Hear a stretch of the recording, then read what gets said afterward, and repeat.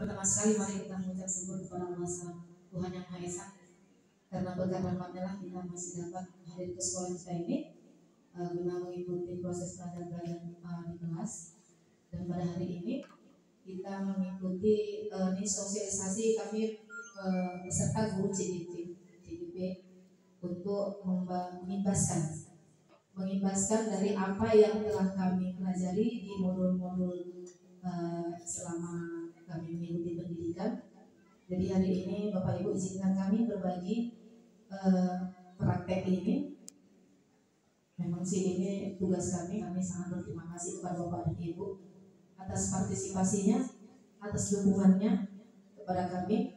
Kami sangat apresiasi dan mengucapkan terima kasih banyak. Saya salut dengan kerjasamanya. Bapak Ibu, ini ada beberapa materi yang akan kami sampaikan. Ini terkait kepentingan sekolah kita juga. Ini kepentingan lingkungan sekolah kita terkait materi budaya positif. Iya. Di sini Bapak Ibu kami berdua langsung ambil bersama, sebenarnya ini tugas masing-masing. Tapi karena kami di sekolah ini ada 2 CGV, jadi menurut fasilitator kami ini boleh berkolaborasi, dijadikan satu video nanti diunggah ke tugas kami masing-masing. Jadi kami pemateri ada 2 hari ini, saya dan Ibu Sapriyani. Izinkan ya Bapak Ibu ya, bukan mau mengajari, tapi ini hanya sekadar sharing kita. Kami hanya berbagi apa yang kami dapat. Mudah-mudahan ini nanti bermanfaat untuk kita semua calon guru penggerak ini. Ya Bapak Ibu ya, mohon maaf sebelumnya jika nanti ada kata-kata atau tindakan kami yang tidak pada tempatnya. Tentang budaya positif, kalau sudah bicara budaya positif ini artinya adalah sebuah kebiasaan di sekolah kita, bagaimana sekolah kita ini nanti ke depannya menjadi sekolah-sekolah yang betul memiliki lingkungan belajar yang nyaman, yang sangat disenangi oleh seluruh siswa. Jadi sebagai pembuka materi pertama ini akan disampaikan oleh Ibu Sapriyani, nanti selanjutnya saya. Jadi untuk itu kami persilakan dengan Ibu Sapriyani dengan segala hormat.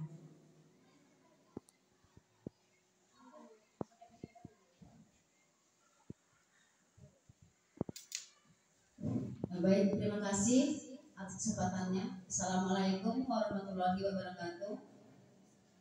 Salam sejahtera untuk kita semua. Terima kasih waktunya yang diberikan oleh teman saya Ibu Rusdita. Terima kasih juga kepada Bapak Ibu yang sudah mau hadir pada webinar kecil kami pada hari ini untuk dalam tema untuk menyebarkan pemahaman budaya positif di sekolah. Baik Bapak Ibu, ini kita di sini ada menurut Ki Hajar Dewantara, yaitu arti dari merdeka, di mana itu merdeka itu yang artinya tidak hanya terlepas dari perintah, tetapi akan juga cakap buat pemerintah diri sendiri. Ini dicanangkan oleh Bapak pendidikan kita, itu Bapak Ki Hajar Dewantara. Kemudian di sini kami menampilkan tema kami yaitu budaya positif dengan tema konsep inti budaya positif. Ini ada beberapa tema, yaitu ada 6 materi kami pelajari di JGP angkatan 10. 6 materi itu, tetapi kami akan menambahkan perubahan paradigma belajar dan nilai-nilai kebajikan. Yang pertama itu perubahan paradigma belajar, kedua disiplin positif, nilai-nilai kebajikan, kebutuhan dasar manusia, kemudian motivasi perilaku manusia, posisi kontrol guru, keyakinan kelas atau kesepakatan kelas kita di sekolah, dan terakhir itu segitiga restitusi. Kemudian dalam pembelajaran paradigma kita yang baru sini, yaitu pembelajaran dengan paradigma baru merupakan pembelajaran yang dirancang berdasarkan prinsip pembelajaran, di mana pembelajaran ini dirancang berdiferensiasi, sehingga pembelajaran kita di sekolah itu agar peserta didik belajar sesuai dengan kebutuhannya masing-masing, berdasarkan perkembangan sesuai dengan teori psikologi modern untuk mewujudkan profil Pancasila. Jadi Bapak Ibu, pembelajaran berspesialisasi ini sesuai dengan bakat minat siswa masing-masing di kelas. Tetapi di sekolah kita belum kita lakukan ya Bapak Ibu. Kemudian miskonsepsi tentang teori kontrol, yaitu di sini guru harus memiliki teori kontrol, yaitu ilusi guru mengontrol murid. Ilusi bahwa semua guru itu memberi penguatan positif, efektif dan bermanfaat. Kemudian ilusi selanjutnya yaitu bahwa kritik dan membuat rasa bersalah mampu menguatkan karakter anak di kelas. Kemudian ilusi bahwa orang dewasa itu berhak memaksa. Ya, jika tidak sesuai dengan aturan kita berhak memaksa.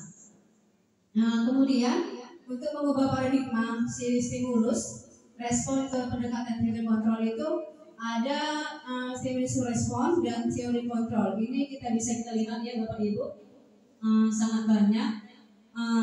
Yang pertama itu kemudian ini disiplin positif, ini akan dibawakan oleh teman saya Ibu Rusnita. Baik ya Bapak Ibu, ya kita lanjut ya. Terkait tadi budaya positif, sebenarnya untuk melaksanakan budaya positif di sekolah kita ini ada beberapa pendekatan yang harus kita lakukan kepada siswa. Tadi sudah dibacakan oleh rekan saya. Yang pertama adalah kita melakukan pendekatan supaya sekolah kita ini budaya positifnya berkembang. Yang kita lakukan pertama sekali adalah dengan cara melakukan disiplin positif. Kemudian tadi ada dengan cara selain disiplin positif, posisi kontrol kita juga harus dijaga supaya budaya positif di sekolah kita dapat berkembang dengan baik. Jadi saya mulai dari disiplin positif. Ini masalah pengertian, saya rasa Bapak Ibu bisa baca itu ya. Tapi saya lebih kepada mengembangkan bahwa sebenarnya disiplin itu, kalau sudah bicara disiplin, pasti paradigma kita muncul, waduh ini pasti terkait dengan peraturan sekolah, tata tertib. Artinya kita guru menuntut siswa ini harus menurut peraturan sekolah. Seperti itu ya Bu ya. Kalau kita dengarkan kata-kata disiplin, pasti paradigma kita selalu seperti itu.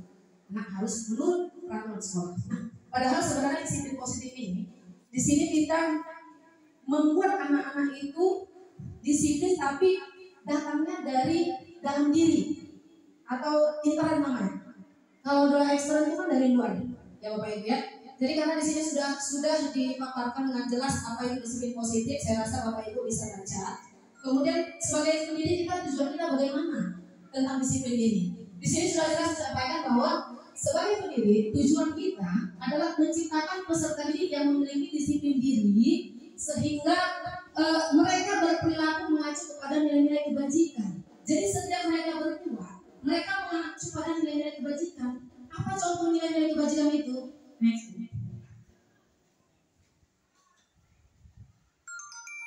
Jadi Bapak Ibu, nilai-nilai kebajikan yang harus kita sebenarnya ada pada siswa yang perlu kita terapkan. Yang pertama itu yang sekarang lagi hangat-hangatnya adalah di profil pelajar Pancasila, ya kan Bu ya. Elemen profil pelajar Pancasila itu mulai dari anak-anak kita tuntut untuk beriman dan bertakwa. Ya pastinya itu dari segi keagamaan Islam ya. Kemudian anak kita tuntut supaya berakhlak mulia. Kemudian kebinekaan global, gotong royong, mandiri, kreatif. Itu adalah merupakan nilai-nilai kebajikan. Jadi setiap perilaku yang dilaksanakan anak, supaya dia terbiasa dengan disiplin positif, dia harus mengacu kepada nilai-nilai kebajikan. Kira-kira nilai kebajikan apa yang harus dilaksanakan? Ya Bapak Ibu ya. Kemudian lanjut Bu.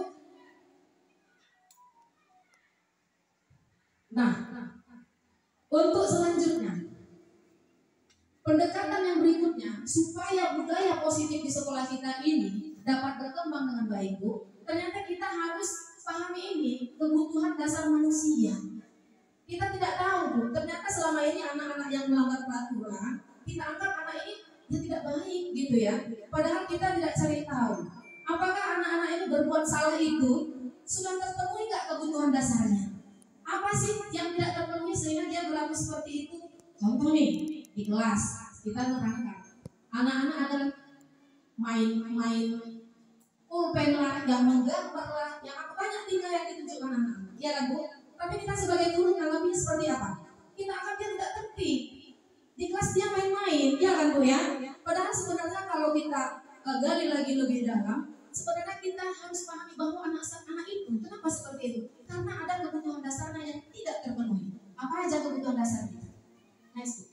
Nah, di sini yang kami dapat Ibu di selama pendidikan CGP ini, 5 kebutuhan dasar kita manusia ini, baik itu siswa, kita guru juga Bu. Kita punya 5 kebutuhan dasar. Apa aja itu kebutuhan dasar kita? Yang pertama, kita butuh untuk bertahan hidup. Ini menyangkut biologis dan psikologis. Artinya apa kebutuhan hidup? Ya kita butuh makan, butuh asupan, ya Bu ya. Oke, itu kebutuhan dasar yang pertama. Kemudian yang kedua apa? Kasih sayang. Kasih sayang ya. Jadi anak-anak kita ini, kita juga orang tua butuh kasih sayang loh. Ya kan Bu ya. Kemudian apa lagi kebutuhan dasarnya? Penguasaan. Anak-anak perlu diakui. Kelebihannya itu kan harus ditunjukkan, dia itu butuh diakui bahwa dia itu punya kemampuan. Kemudian apalagi kebebasan. Anak-anak itu perlu bebas. Jadi kalau anak-anak udah kita lihat jenuh di kelas, kita sering dapat Ibu. Saya juga di kelas sering dapat. Anak-anak jenuh di kelas. Kita ngomong pun udah gak ke hatinya. Pasti. Artinya apa? Di situ dia perlu kebebasan. Oke, nanti kita bahas bagaimana cara untuk mengatasi itu. Selanjutnya kesenangan. Ya kan Bu ya. Anak-anak semua perlu kesenangan. Kita juga orang tua perlu kesenangan. Jadi mulai dari kasih sayang sampai dia kesenangan, ini termasuk kebutuhan psikologis. Kalau yang bertahan hidup tadi bisa psikologis, bisa juga kebutuhan biologis namanya ya Bapak Ibu ya. Next Bu. Nah, pendekatan yang berikutnya selain tadi disiplin positif, selain lagi tadi kebutuhan dasar, ada lagi motivasi perilaku dari rekan saya. Kalau ditanya, ibu-ibu kira-kira motivasinya tadi ikut ini ngapain? Apa tujuannya? Apa motivasi ibu sehingga mau tadi berkumpul di sini? Oke. Ada beberapa di antara kita, mungkin motivasinya ada menambah ilmu, membantu teman, mendengar apa yang disampaikan. Apalagi Bu? Nah, jadi kalau namanya kita datang ke tempat sesuatu itu pasti kan ada tujuannya ya Bapak Ibu ya. Ada yang ekstrinsik, ada yang intrinsik. Ekstrinsik itu datangnya karena ada faktor dari luar. Ya tadi kayak kata ibu kita tadi, Ibu Esa, mau membantu teman, ya itu adalah faktor dari luar. Mau mendengarkan faktor. Tapi kalau dari hati, dari intrinsik kayak Ibu Endang tadi, mau mendengarkan apa yang disampaikan. Memang karena kemauan hati, pengen tahu apa yang disampaikan. Itu artinya motivasi dari dalam diri. Jadi kalau kita tadi kena datang takut dihukum, datang karena pengen pujian, pengen diakui, oh ternyata temanku semua sangat mendukung. Itu namanya motivasi ekstrinsik. Itulah bedanya antara ekstrinsik dan intrinsik. Tapi tadi datangnya kalau memang tujuannya pengen tahu nih apa yang mau dibicarakan orang ibu ini. Ilmu nggak nih? Kan gitu ya Bu ya. Kalau itu tadi motivasinya, itu adalah motivasi dari dalam. Jadi siswa juga itu Bu. Kalau dia melakukan sesuatu karena seperti contohnya datang tepat waktu ke sekolah. Kalau dia tujuannya karena takut dihukum cepat dia datang, itu berarti motivasi yang didapat dia adalah dari luar. Karena dia takut dihukum. Kemudian kalau dia datangnya karena pengen dipuji sama gurunya, itu juga namanya motivasi dari luar. Dia karena pengen dapat pujian. Nah ini semua sifatnya sementara kalau yang seperti ini. Ya, tapi kalau dia tujuannya itu dari dalam, dia pengen memang menjadi anak yang teladan, dia memang pengen menjadi anak yang disiplin atas dirinya, itu namanya intrinsik. Ini sifatnya selamanya. Iya, namanya sudah dia yang pengen gitu ya. Nah itulah bedanya antara motivasi. Kemudian selain itu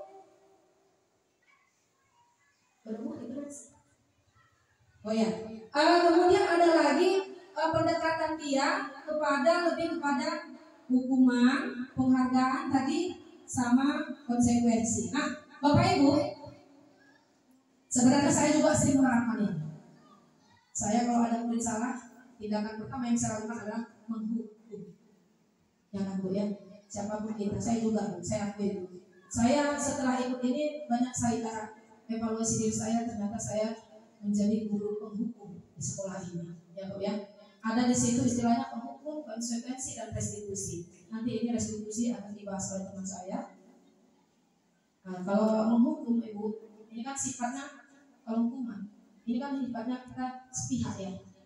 Anak tidak mematuhi peraturan kita hukum. Artinya anak itu melakukan itu tidak atas kemauan dirinya. Karena dia melanggar peraturan, dia dihukum itu atas peraturan dari sepihak. Tapi kalau dia konsekuensi, ini dia dari dua pihak. Konsekuensi itu karena memang sudah disepakati, tidak satu pihak. Kalau hukuman karena sudah kita buat, kita kemudian buat ini peraturan, kalau langgar, terima hukumannya, jangan Bu.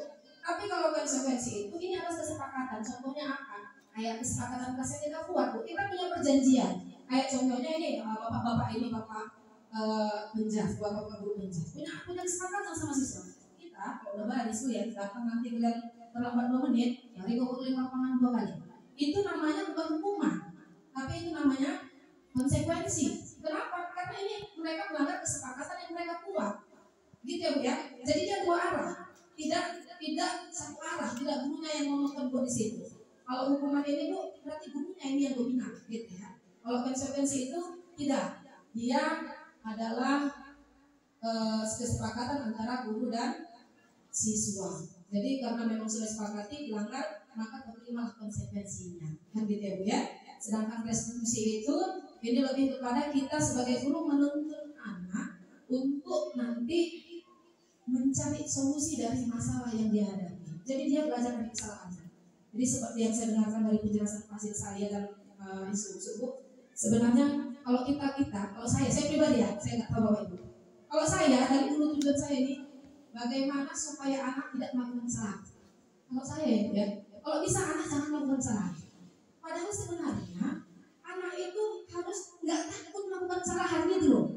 Jadi kalau anak tidak takut melakukan kesalahan, maka dia akan menjadi anak yang jujur, yang terbuka. Jadi dia nggak menyimpan sesuatu gitu. Nanti dia akan belajar dari kesalahan yang dia buat, kan gitu. Jadi kalau saya pribadi kan, pokoknya kau jangan buat salah. Kalau bisa kau jangan salah.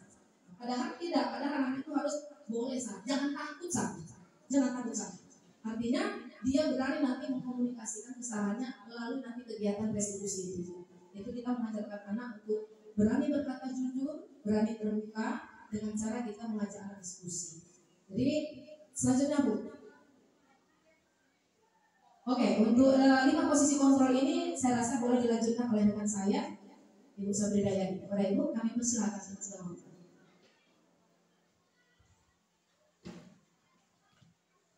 Terima kasih kepada Ibu Rosdita. Baik, tadi Ibu Rosdita tadi sudah menjelaskan tentang 3 yang hukuman, konsekuensi dan restitusi yang ada di sekolah kita. Tetapi kita lebih banyak guru, termasuk saya sendiri, masih kita lakukan penghukum. Sebenarnya tidak boleh ya Bapak Ibu ya. Nah, di sini kita ada 5 posisi kontrol guru yang harus sebenarnya kita tahu, yaitu pertama penghukum.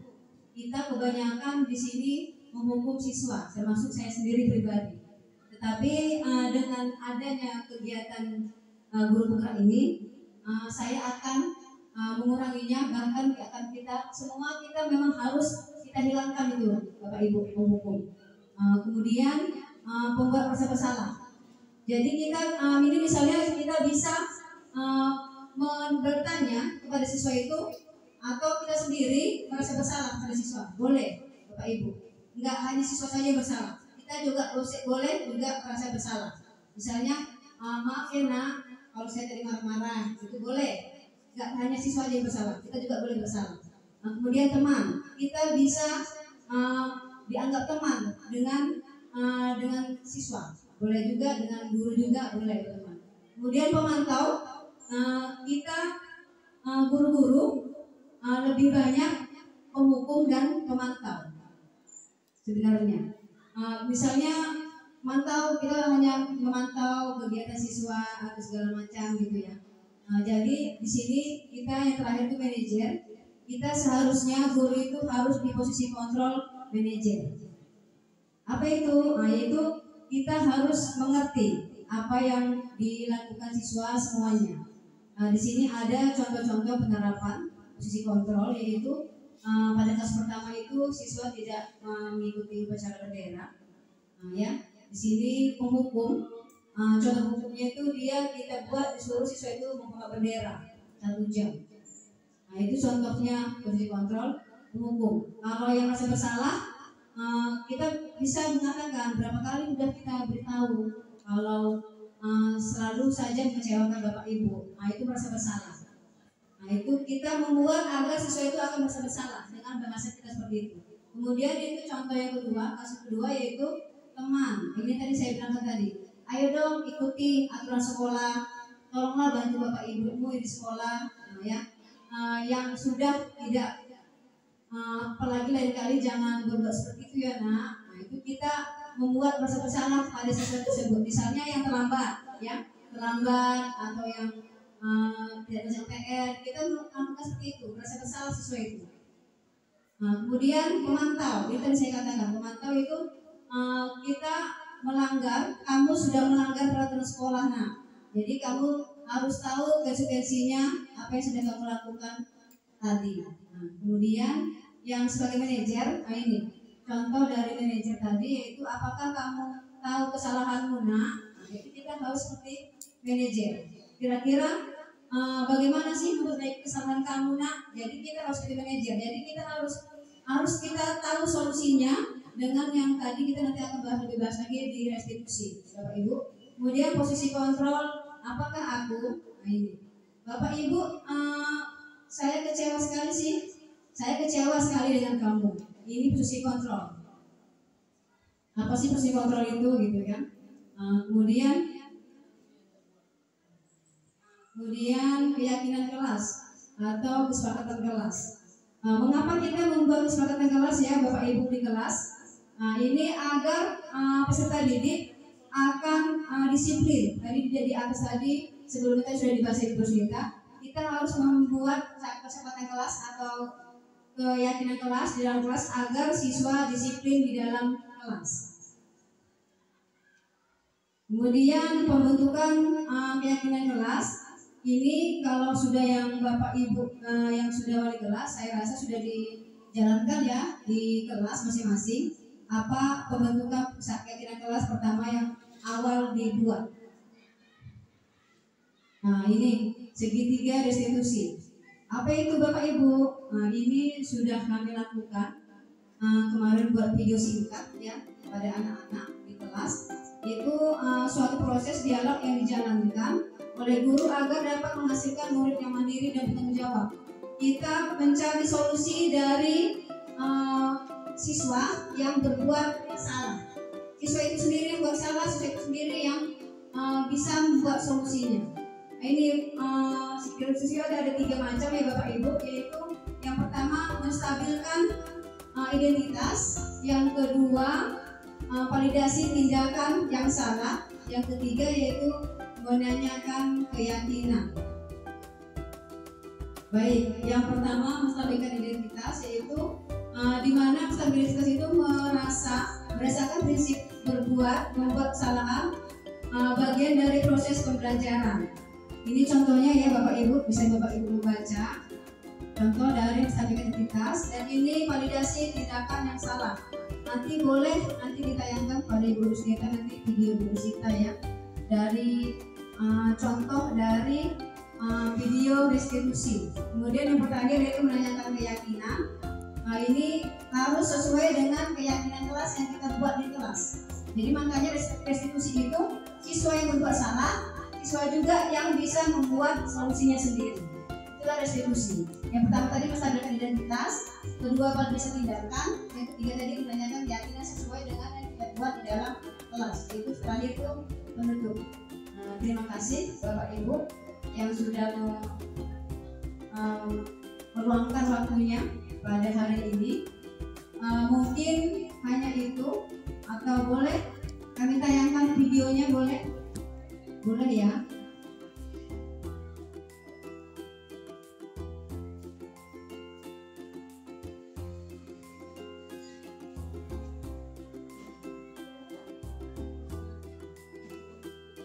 Bentar ya Bapak Ibu.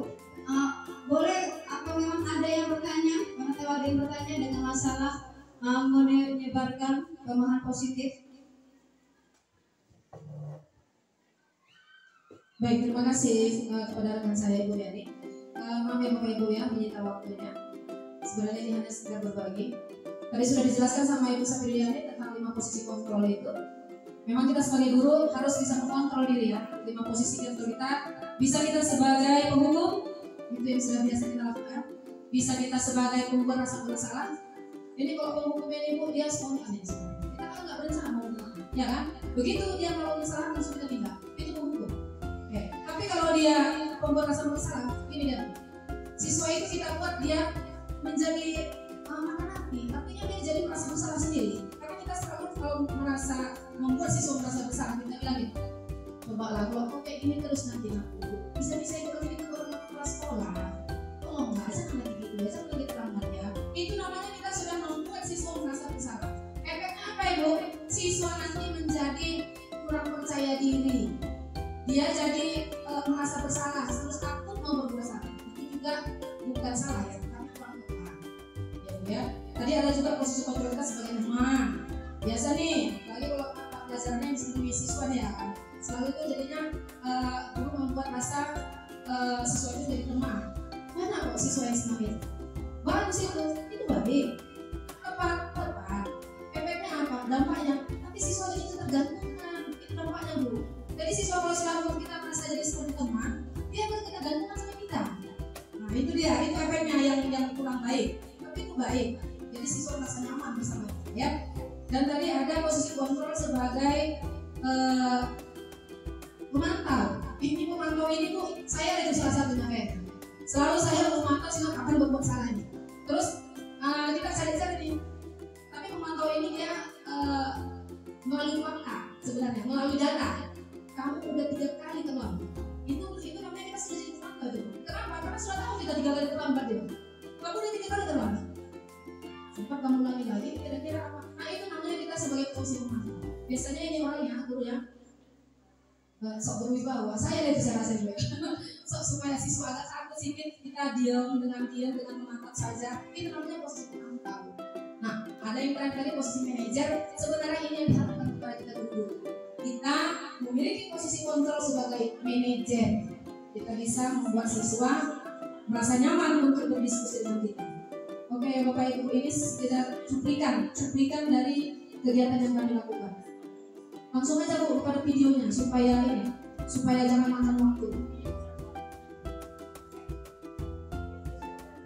Langsung ke ya. Nggak bisa ya langsung sini ya. Nggak bisa ya.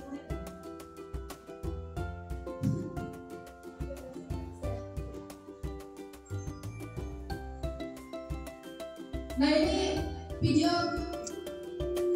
segitiga restitusi yang kami lakukan kemarin di video. Yang pertama sekali kalau ada siswa bermasalah gini, kita harus menstabilkan identitasnya dulu. Kita membuat siswa itu merasa nyaman dulu gitu. Kita ajak supaya dia nyaman mau bercerita sama kita. Kita stabilkan dulu identitasnya dengan cara apa? Dengan bukan. Nggak ada suaranya ya. Maunya diapakan ke ini ya. Apa namanya? Bluetooth. Iya, baru bisa. Coba Bluetoothnya Bu.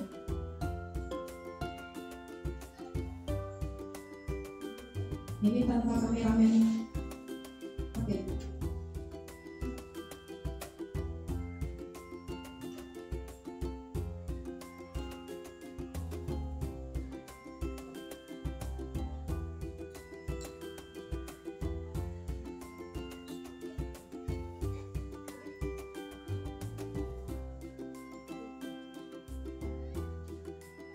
Bu ini ada konektor ke YouTube.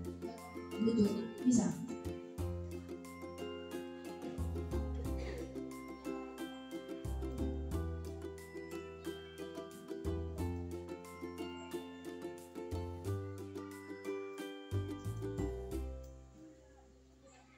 Jangan pakai dulu.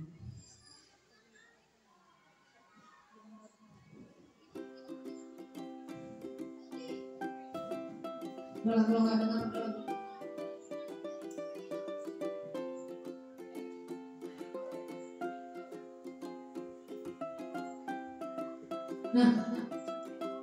Dengar kan Bu?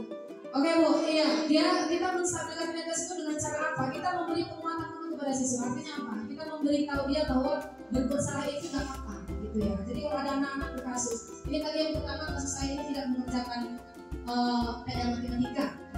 Jadi saya panggil anaknya nih, saya tanya, tadi kamu tidak mampu karena kenapa? Ada yang bisa dibantu? Kan gitu kan Bu? Anaknya kan menjawab, iya Bu, saya tadi malam bantuin mama. Jadi lupa, masing-masing anak punya rasa. Nah, jangan kita langsung menjudge anak itu atau kenapa pula kau bisa tidur aku malam? Kenapa kan gitu? Jadi kita stabilkan dulu identitas. Artinya apa? Kita buat dulu dia merasa nyaman. Udah nggak apa-apa. Berbuat salah nggak apa-apa. Kalau memang kamu hari ini bersalah, nggak apa-apa ya. Kita pernah berbuat salah. Bukan kamu aja. Ibu juga pernah berbuat salah. Jadi kita stabilkan dulu diri dia. Bahwasanya berbuat salah itu nggak apa-apa, gitu ya. Itu menstabilkan identitas.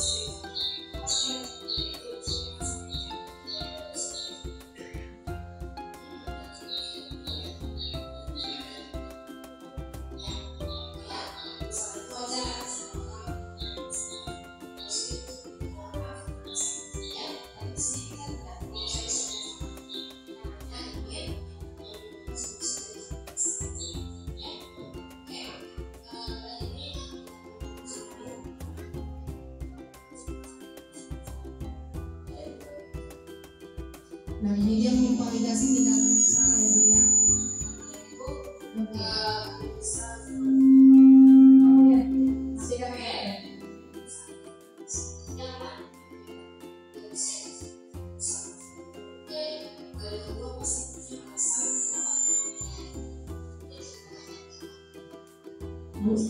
Bu yang udah coba. Nah Bu, Bapak Ibu, menstabilkan identitas sudah, baru kita memvalidasi tindakan. Artinya kita ajarlah anak untuk diskusi sebenarnya masalah dia apa, ceritakan. Artinya, terus kita buat dia supaya mengakui kesalahan itu dia sendiri yang menjabarkan kesalahan dia. Kenapa? Kan gitu ya Bu ya.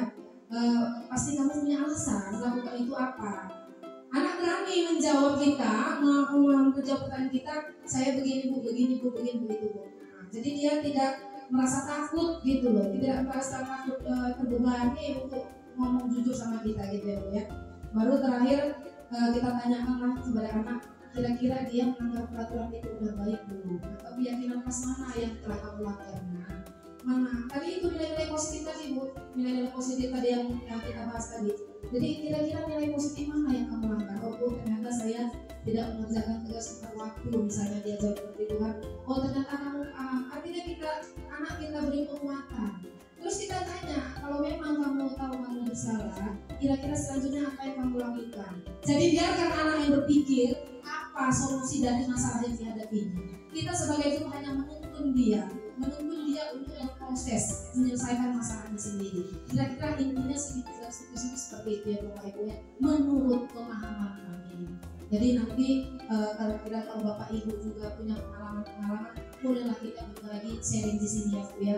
Kami tidak menyebutkan yang kami sampaikan ini hal benar, tidak. Ini hanya yang kami dapat pada saat kami melakukan pendidikan ini. Kami berbagi ini, mudah-mudahan bisa memberi imbas yang baik untuk Bapak Ibu sekalian, teman-teman kita semua, dan dapat kita terapkan bersama. Karena Bapak Ibu jujur ya, ini sekolah ini bisa maju, bisa berkembang ini bukan karena kerja satu orang, ya, bukan hanya kerja satu orang, tapi kerja sama satu tim, baik guru, siswa, wali murid dan semuanya. Jadi kalau semua sudah bekerja sama, kita aman, sekolah ini langgeng mulus berkembang ya Bapak Ibu ya. Jadi kami bukan merasa oh ini kami ini yang mau pengaruh, enggak. Apalagi kita di sini banyak alumni guru penggerak, kepala sekolah kita guru penggerak. Jadi sudah banyak diimbaskan kepada kita. Kami sebenarnya juga mendapat imbas dari mereka ya. Kami melakukan pendidikan ini udah nggak terlalu berat-berat kali. Kenapa? Udah dapat imbas dari mereka kemarin. Jadi pengalaman mereka juga kami aplikasikan di pendidikan kami. Jadi untuk rekan-rekan yang lain juga, kami cuma mendukung, ayo teman-teman ya, nggak rugi belajar kayak tadi, motivasi dari jalan. Jangan kita mau ikut pendidikan ini karena mau dapat sertifikat, karena mau dipuji teman, kalau mau dapat pengakuan dari kepala sekolah nggak usah. Tapi awali dengan kegiatan yang mau kita lakukan ini, pendidikan yang mau kita lakukan CBP ini. Jangan lihat ke kami, oh banyak itu ya Bu ya. Itu namanya motivasi dari luar, ekstremis. Jadi dari dalam diri, yuk aku pengen tahu juga benar nggak ini yang disampaikan orang ini, kira-kira begitu nggak ya?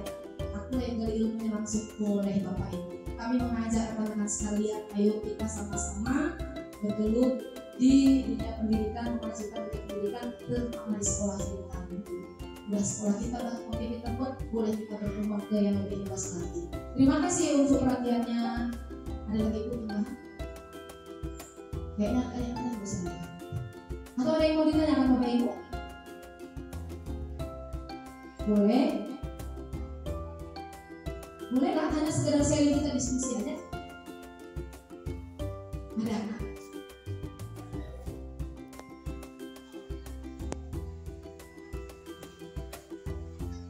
Terima kasih Bu atas ilmu yang telah diberikan.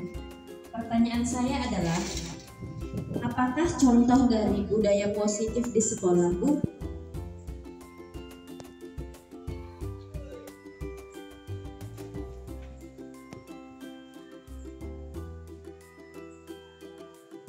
Oke, saya aja Bu, oke lah ya. Baik Ibu, terima kasih buat teman saya, rekan sejawat saya yang baik hati, yang cantik. Apa contoh dari budaya positif? Oke, kita ulang kembali sedikit aja ya Bu ya, flashback aja. Jadi seperti saya sampaikan tadi, budaya positif itu contohnya pendekatan-pendekatan yang dilakukan tadi seperti tadi diawali oleh disiplin yang positif. Bu, budaya positif itu boleh nggak dikembangkan dari keyakinan kelas? Boleh. Dari hal kecil kita dulu membangun budaya positif ini. Kita terapkan betul-betul budaya keyakinan kelas itu juga sudah menjadi contoh dari budaya positif. Ya Bapak Ibu ya. Jadi nggak harus yang muluk-muluk dulu nih. Kita harus bikin apa-apa sesuatu nggak dulu. Yang sudah kita pahami aja dulu kita mulai. Dari apa? Keyakinan kelas kan kita udah nggak asing lagi nih kan keyakinan kelas Bapak Ibu ya. Kita mulai dari situ dulu. Itu juga namanya sudah kita mengembangkan budaya positif. Ya Bapak Ibu ya. Jadi kira-kira gitu ya Bu Eza ya. Iya, jadi nggak usah dulu kita yang muluk-muluk, yang sederhana-sederhana juga boleh. Tapi nggak menutup kemungkinan untuk yang lain ya, kayak tadi posisi kontrol. Ibu, saya selama ini ternyata saya sebagai pemantau Bu. Boleh nggak Bu, setelah mendengar ini saya mau berubah Bu, jadi manajer Bu. Boleh, sangat disarankan. Yuk jadi manajer ini memang sangat disarankan. Bukan tadi masalah kalau kita sebagai pemimpin itu salah, ya, tapi kurang tepat. Sebenarnya tindakan yang posisi kontrol ini semua boleh, diperbolehkan. Tapi ada tingkatannya gitu. Kalau penghukum itu paling bawah itu, paling bawah. Artinya tingkatan kita paling bawah. Kalau kita masih guru penghukum, kita posisinya di bawah. Ya, jadi kita masih dianggap guru yang belum bisa membuat siswa. Karena tujuannya ini kan membuat siswa bagaimana supaya bisa belajar nyaman dengan kita. Karena kita pendidikan kurikulum Merdeka ini kan berpusat pada siswa. Makanya saya pertama ikut CGP ini ada marsnya katanya kita menghamba pada siswa. Saya pertama mindset saya menghamba, jadi saya jadi budaknya siswa itu. Mindset saya dulu kemarin Bu. Tapi setelah saya memahami ini ternyata menghamba pada siswa itu bukan seperti itu. Ya tadi yang seperti yang disampaikan, kita menghamba pada siswa itu artinya kita tahu kebutuhan siswa kita apa.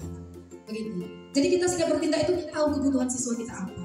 Jadi itulah namanya menghamba, bukan berarti kita ya pas kau kebawakan kok kau sini, jangan aku kasih uang jajan karena kita menghamba. Bukan seperti itu definisinya ya Bapak Ibu ya. Jadi terus terang saya bilang setelah mengikuti CGP ini saya introspeksi diri sekali, ternyata saya masih di bawah standar saya, jauh kali di bawah standar. Karena saya masih sebagai guru hukum, apalagi pemantau, saya paling senang kalau saya beli siswa bersalah, saya kontrolin aja sampai dia salah tinggal sendiri. Ternyata itu saya koreksi, ternyata saya kurang tepat melakukan seperti ini. Apa penghukum ini lagi Bu? Imbasnya apa? Anak jadi pendendam sama kita, bahkan bisa dia tidak menyukai pelajaran kita. Itu ya Bu ya. Padahal gara-gara dia kita hukum, sebenarnya dia suka pelajaran kita, tapi gara-gara dia pernah kita hukum, dampaknya bisa jadi pelajaran kita pun dia nggak suka. Itulah dia imbasnya, ya. Jadi itu aja yang dapat disampaikan ya. Ada lagi Bu? Baik, Ibu Reja, sedikit saya tambahkan. Kalau di sekolah kita, alhamdulillah sudah kita lakukan ya, Ibu Reja, contoh dari budaya positif yaitu setiap pagi kita di depan gerbang pintu masuk itu kan kita menyambut siswa ya. Itu udah salah satu budaya positif. yang salam yang 5S itu ya, 5S itu kita lakukan. Kemudian di dalam kelas juga kita sudah melakukan yang pertama, mungkin dulu kita lakukan literasi atau salam, doa, atau kita pulang dari kelas mau pulang terakhir itu mungkin kita sudah salam sama guru, itu juga salah satu juga budaya positif. Mungkin nanti setelah ini kita mari sama-sama kita menambah budaya positif yang lain, contoh lain atau dari rekan-rekan atau ibu guru yang lain boleh kita tambahkan sesuai dengan keyakinan kelas kita yang kita buat di kelas masing-masing. Terima kasih.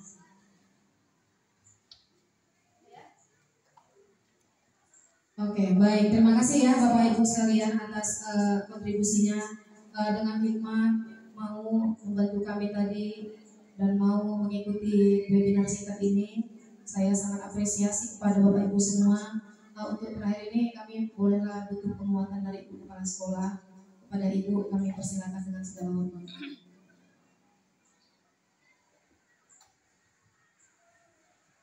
Berikan ulasan dulu. Ya, terima kasih untuk Ibu Rusmita dan Ibu Saprijayani yang sudah menyampaikan disiplin positif yang sudah mulai kita budayakan di sekolah kita.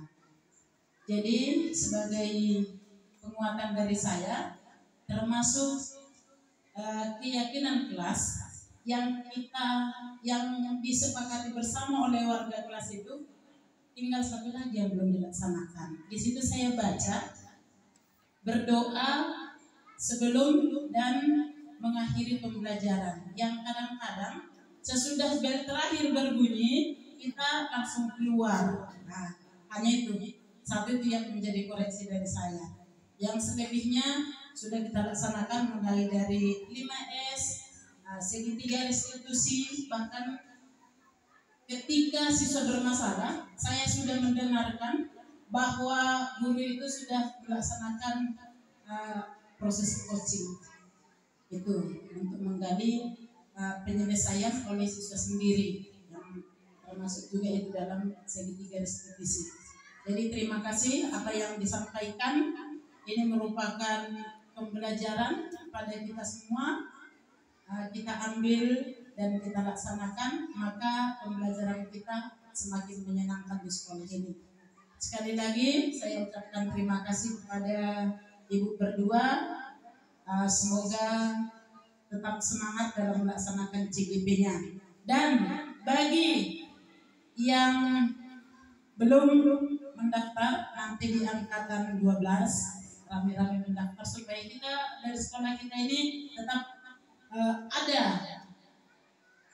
pendidikan guru penggerak. Angkatan ke-10 ada, angkatan 11 ada satu, angkatan 12 nanti kita berharap dan berdoa semoga tetap ada dari sekolah itu. Untuk itu jangan bosan-bosan mencari informasi dan membuka SIM PKB masing-masing.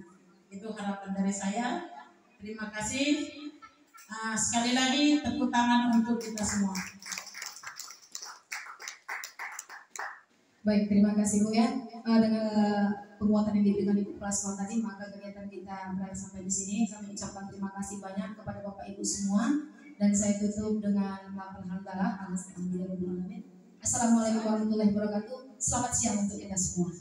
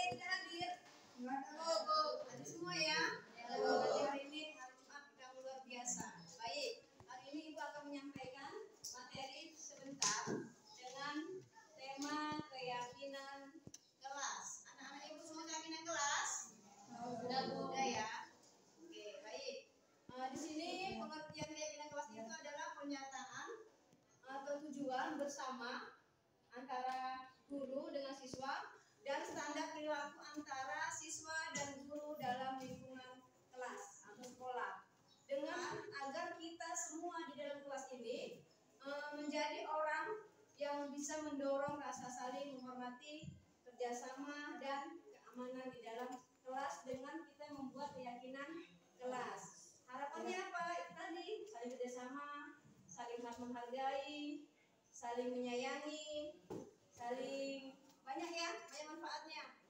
Melalui keyakinan kelas ini, anak-anak lebih rajin lagi belajar dan paham tentang nilai-nilai demokrasi dan pentingnya bertanggung jawab terhadap kesepakatan yang telah kita buat. Baik, selanjutnya tujuannya apa? Siapa tahu tujuannya? Yaitu untuk menciptakan lingkungan belajar yang positif. Kemudian membangun rasa saling menghormati. Menghargai dan menghormati. Baik, dan memperkuat tanggung jawab individu. Antara individu yang isi Monica sama yang sini tanggung jawab masing-masing. Baik, yaitu membangun komunitas belajar, mendorong disiplin dan konsisten. Dan apa lagi yang terakhir? Memfasilitasi pemecahan masalah. Jadi, dengan ada keyakinan kelas ini, kalau kamu yang membuat masalah, kamu sendiri yang tahu solusinya. Makanya ada pemecahan masalah. Kamu berbuat salah, kamu juga yang bisa memecahkan masalah tersebut. Baik, kemudian langkah-langkahnya apa saja? Guru dan siswa kerjasama atau berdiskusi, ya, guru dan siswa berdiskusi untuk mengungkapkan keinginan kita untuk mewujudkan kelas impian. Terusnya nanti ibu meminta semua siswa untuk menuliskan dari pikiran kamu sendiri untuk membuat tentang keyakinan kelas untuk kita agar belajar lebih rajin lagi dalam kelas. Nanti ibu minta yang ibu tadi, nanti kalian tuliskan di poster tadi yang ibu bagi tadi. Nanti kamu tuliskan masing-masing ya nak ya. Kemudian nanti kalian menempelkannya di tempat yang sudah ibu sediakan. Apa contohnya? Contohnya ini, bersikap jujur, bertanggung jawab, saling menghargai. Ini contoh. Misalnya lagi, kalau mau bertanya, cuci tangan dulu. Teman yang lain diam. Atau tidak terlambat datang ke sekolah, ya kan? Tidak absen. Itu banyak. Ini hanya contoh. Ini ya tahu ya.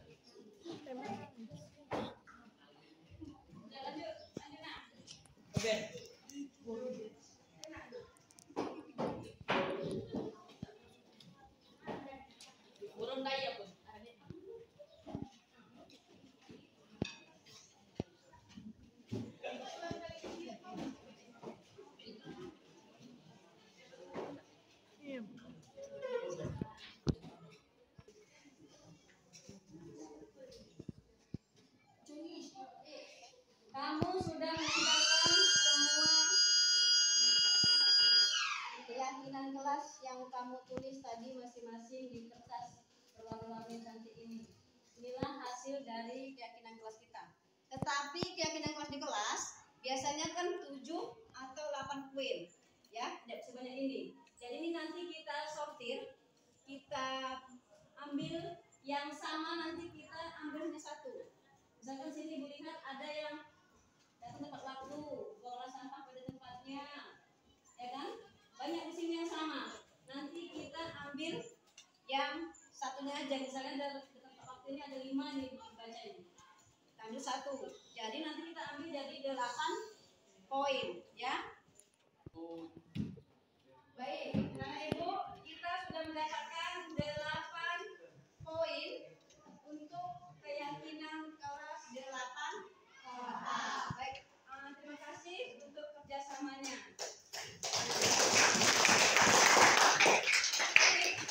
Ini harus kalian patuhi karena sudah kita buat bersama, ya. Jadi jika kamu yang membuat kesalahan, kamu juga yang harus menyelesaikan masalahnya. Oke, terima kasih. Assalamualaikum warahmatullahi wabarakatuh. Pagi anak Ibu. Pagi Ibu. Anak Ibu, tadi kita sudah belajar poin keyakinan kelas. Sekarang nanti Ibu minta satu persatu ke depan untuk menandatangani keyakinan kelas yang sudah kita buat. Oke?